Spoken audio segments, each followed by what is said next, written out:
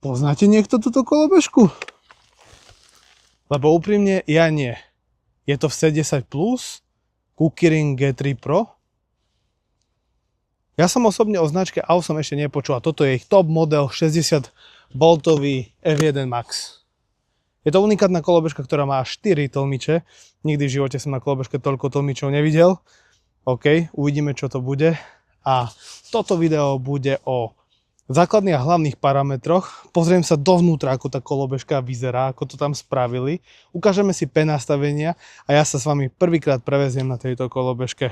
Stačí na prvé video? Dúfam, že áno. Sledujete kanál eFanatik a práve teraz začíname.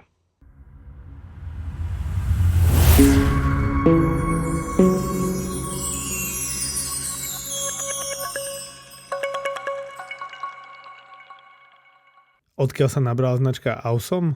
Tak tá patrí do portfólia e-shopu Geekbuying ako ich vlastná značka a F1 Max je ich vlajkovým modelom so 60V systémom. Kolobežka sa nápadne podobá najmä na C10+, čo je priam nespochybniteľné. O chvíľku vám poviem ale základné a kľúčové vlastnosti a parametre tejto atraktívnej kolobežky. A ak vás táto kolobežka zaujíma, v popise videa nájdete kupón a odkaz na tento veľmi zaujímavý model. Na kolobežku strednej triedy má priemerné rozmery, kde celková dĺžka je 125 cm a výška 131 cm. Pre mňa dôležitejší údaj je výška od nášľapu k riadidlám a tu je veľmi solidných 102 cm. Šírka riadidel je, mám pocit, rovnaká ako pri spomínanom sete 65 cm. No a rozmery efektívneho nášľapu uvádza aj výrobca. Je to 23x54 cm, tak akurát. Vo vnútri by sa mala nachádzať batéria vojenskej kvality, aj keď neviem, čo tým výrobca myslí, bežiaca na 60V systéme s energiou 1248 Wh a dvojica pravdepodobne sinusových ovládačov o výkone 2x32 A a o chvíľku vám ukážem, ako to vo vnútri vyzerá. Kolesá sú 10-palcové terénne a nylonové s deliteľným ráfikom, to znamená, že tu máme dušu a maximálne tieto gumy fúkame na 50 PSI. V oboch kolesách máme motor. Všimnite si to rebrovanie, to by mohlo zefektívniť aj chladenie, čo poviete? Brzdy sú dvojpiestíkové hydraulické od známej značky Zoom a systém nám umožňuje aj nastavenie elektronickej brzdy, čo je rozhodne prínosné. Pozrite sa na to atypické usadenie predných tlmičov. Je to pravdepodobne prvá kolobežka so 4 nezávislými tlmičmi, na toto som naozaj zvedavý, ako sa to bude správať v teréne, lebo kolesa sú len 10-palcové. Všimnite si aj ten tvar ramien a ich ornamenty. Jedno aj druhé vidím na kolobežkách prvýkrát. A pozrite sa, kde výrobca schoval klaxón. Na takomto mieste som to snad ešte ani nevidel. Inak je veľmi hlučný, no a zadný Hager, teda blatník, vyzerá veľmi štýlovo s takými karbonovými prvkami, samozrejme, že je plastový. Škoda, že výrobca pribal len jednu 2A nabíjačku, ktorá bude kolobežku nabíjať 12 hodín. S dvoma to zvládne za polovičný čas. Nuža čo svetla, tu som veľmi v rozpakoch. V bočných svetlách máme ukryté obrysovky, smerovky aj brzdové svetlá. Na prvý pohľad nič nie je vidieť, čo je zaujímavé. No a zaujímavým spôsobom je potom navrhnuté aj brzdové svetlo, kde sa bočné obrysové svetlo vypne a po uvoľnení brzdovej páčky znovu rozsvieti. Smerovky sú tiež štýlové, ale počas dňa bude len veľmi ťažké vidieť, že mením smer jazdy, ale po stránke dizajnu je to podarené určite. Bočné obrysové LED svetlo je perfektne viditeľné aj večer a dá sa dvojklikom tlačidla plus vypnúť. Ale tušil som, že to hlavné dvojledkové svetlo bude problém a keď som ho večer zapol, ukázalo sa to. Bude to určite oslepovať všetkých dookola a keď sa na tento záber pozerám, vlastne tu nie je ani žiadne zadné stretávacie svetlo. No ale večer tie smerovky aj brzdové svetlo je pekne vidieť, to sa musí nechať.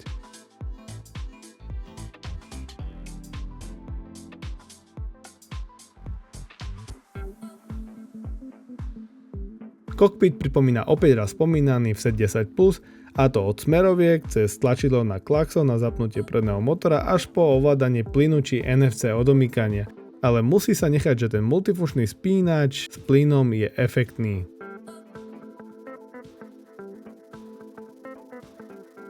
Displej toho ukazuje veľa a hlavne volty, čo som rád, no jeho čitateľnosť počas dňa nie je kto vie aká.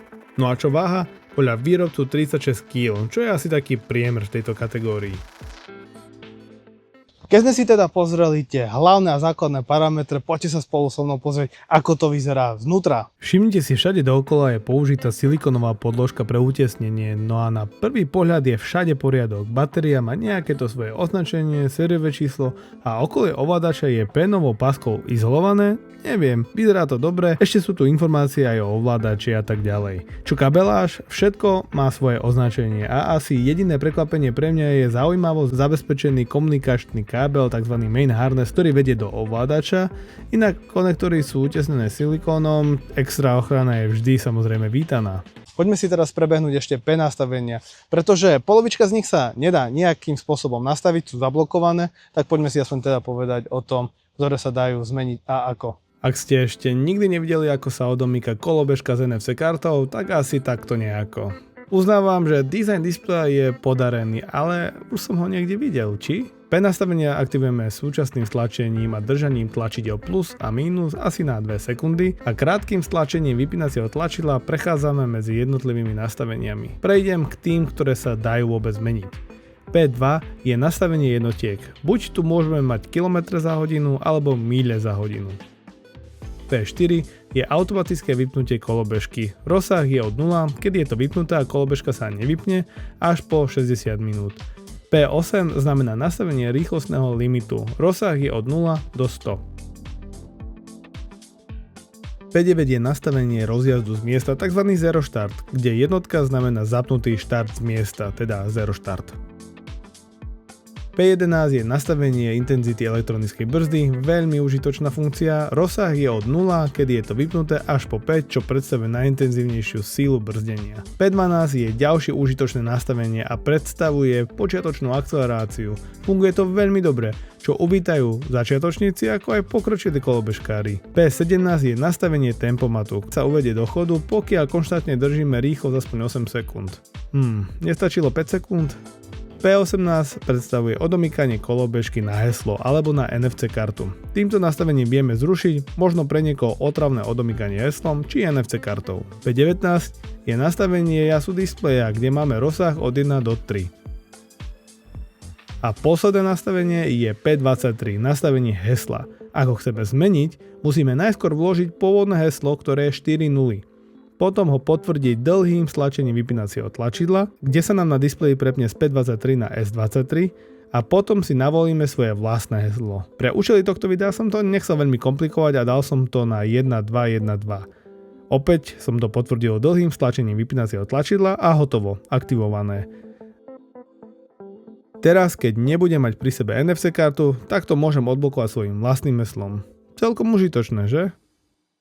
Určite by vás malo zaujímať, ako táto kolobežka F1 Max jazdí, pretože máme tu 2x32 A ovládač 60V systém a výkonu na rozdávanie na takéhoto malého krpca. A8 F1 Max, 60V model, top model tohto výrobcu, 64 A, maximálna rýchlosť niekde na úrovni 70 km za hodinu, mojich 110 kg to ide preveriť. Tak, držte palce. Race mode aktivovaný. Dobré. To bude celkom svižná kolobežka. Rozjazd som si nastavil na maximum. Displejových 60, ja idem rýchlo, kolobežka je stabilná. Fúka, ale idem si celkom v pohode, ty kokso. Idem ako kameň prikovaný. Úplná stabilita. Displejových 73, reálne neviem, idem asi 65. Uvidíte to sami podľa GPS, ale kontrola a stabilita je perfektná. Čo e-brake? Krásne sa modulujú tieto brzdy, mám korene, nech si neoddrbem kameru. Ale to je riadne chce kopať. Dobre, znovu plný kotlík. Trošku som si odvykol na kolobežky, ktoré sa ovládajú plynom na prst, ale je to aj stabilné v zakrutách. Je to taký všetík, ty kokso.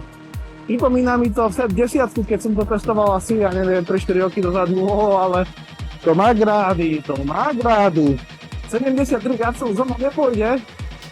Všetko je nastavené na maximum, rýchlosť, rozjazd, všetko. 75, wow. 76. Čože? Reálne možno 70, ale absolútne stabilne. Áno, to sa mi páči. A čo brzdy z 50-ky? Pekne, to sa mi páči. Ale keď som takto a chcem jemne pridať, dá sa to, len si treba na to zvyknúť. A ide to super.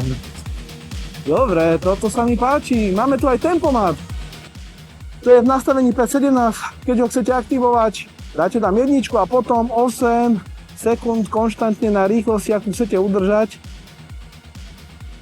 tak sa vám potom zopne. 8 sekúnd je trošku dlhší interval, ktorý sa mi zdá byť nereálny v určitých podmienkach, ale kolobežka má grády. Ja to budem testovať iba na 2 motory. Pre mňa nemá zmysel testovať túto kolobežku na jeden motor, ale je to sranda tá rýchlosť. Je veľmi dobrá a tých 70 mi úplne stačí. Máme tu zoom hydraulické brzdy, ale áno, cítim aj ten e-brake. Ja som si ho schválne nastavil na maximum a stačí len jemne ťuknúť do tých brzd a cítim, že ma to pribrzďuje a nemá skoro žiadne oneskorenie, čo je veľká výhoda, lebo nemám ten pocit, že by ma to chcelo potom vyniesť. Lebo už neviem, ktorý z Kukirinov, asi G2 Master som to testoval, ten mal neskutočné oneskorenie na elektronickej brzde a skoro som sa dvakrát vykotil pri tom. Pekne, ono to cítim, že ma to fakt, že ubrzdí až tak prudko, ale keď pustím brzdu, úplne sa to vypne. Nábeh aj v tej rýchlosti je dobrý, nie je kopavý. Kolobežka tým, že tu má 4 tlmiče, prúži veľmi dobre a je to také isté prúženie. Ale ako som spomenul, je to prikované, žiaden wobbling, nič. Stojím jednou nohou vpredu, druhú mám vzadu na púdreste a mám úplne priemernú, až viac ako priemernú stabilitu na tej kolobežke a je to 10-palcová kolobežka, ktorá nemá ani možno, že nejako široké gumy a sú tu dokonca iba tie nylonové tvrdé offroadové gumy, ktoré sa fúkajú na v podstate 50 PSI, 3 bary, či koľko to je, alebo 3,5 baru. Krásne to ide. Škoda, že tu je iba 21 amperová baterka. Lebo ten požitok z jazdy tu je neskutočný, ale bude pravdepodobne krát. A o to zvlášť, ak máte 100 a viac kilo. Nebude mať tá kolobežka problém so žiadnym kopcom. Je neskutočne stabilná tá kolobežka.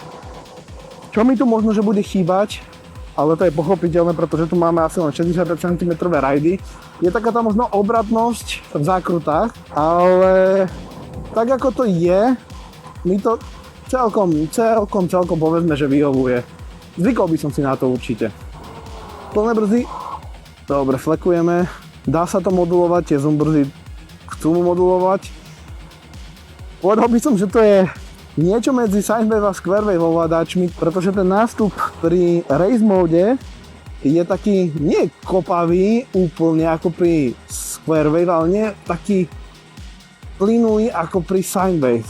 Ale keď si to porovnám s namičkou pri X mode, tak ona tiež ide ako blázon. A to by sa to dalo možno že porovnať k tomu, ale trošku slabšie, hej, samozrejme, veď 100 A versus 64 A a 72V versus 60V systém je trošku rozdiel, pochopiteľne. Dobre, ja sa otočím. Hop.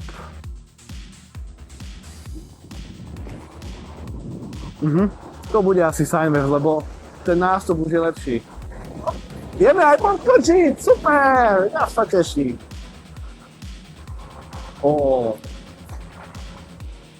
Toto by bolo neskutočné si pozažívať, kebyže to malo 70V systém, trošku väčší výkon, väčšiu baterku a PTčka. To by bol drak, Chcel by som podotknúť, že keď si kúpite túto kolobežku, čaká vás celkom prehľadný, spracovaný manuál, kde máte informácie aj o prednastaveniach, o tom, ako rýchlo ide kolobežka na každý z tých troch režimov. Máme tu Eco, Šport a Race režim.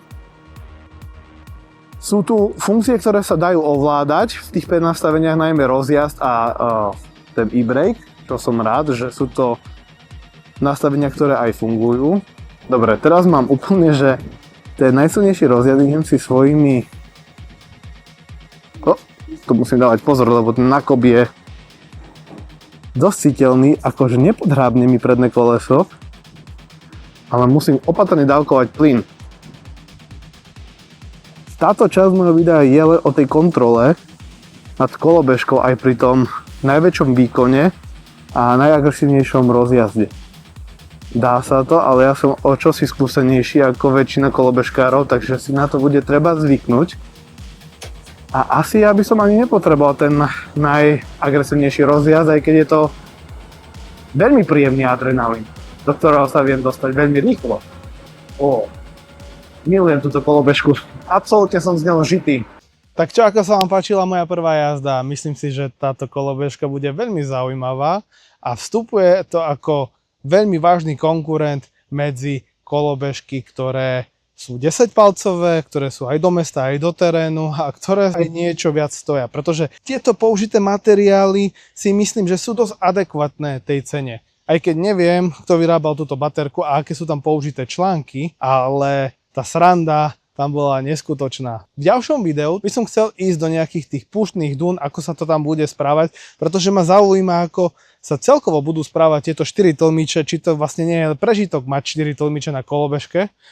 Priznám sa, že naozaj som ešte nikdy nejazdil na kolobežke, ktorá má toľko tlmičov. Ak vy áno, tak mi dajte vedieť, ktorý to bol model. A rád by som to prevetral aj niekde v kopci a uvidíme, že čo z toho vznikne. To umiestnenie predného hagera mne osobne úplne tak nevonia, ale uvidím, ako sa to osvedčí možno, že v teréne, alebo ak by náhodou pršalo, pretože jediný význam to môže mať naozaj, keď bude pršať. No, že to bolo všetko, čo som chcel povedať na úvod k prvému videu s AWSOM F1 Max.